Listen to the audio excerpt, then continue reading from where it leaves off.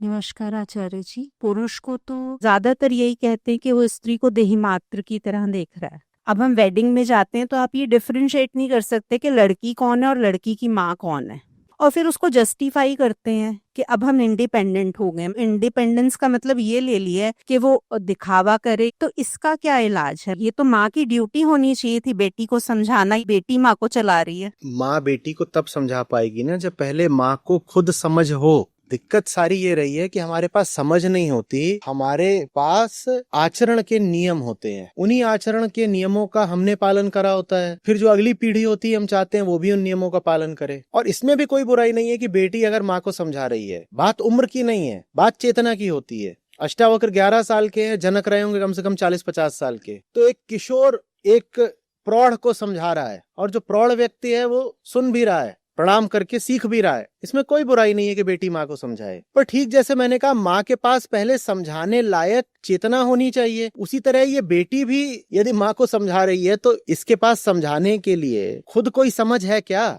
समझ तो बहुत अच्छी चीज होती है। वो माँ से बेटी में जाए तो भी भला, और बेटी से माँ में आए तो भी शुभ। उसमें क्या बुराई है? दिक्कत तब है जब अंधा अंधे ठेलिया दोनों कूप पड़न। अंधा अंधे को रास्ता दिखा रहा है और दोनों जाके कहाँ पड़े? कुएं में जाके गिरे।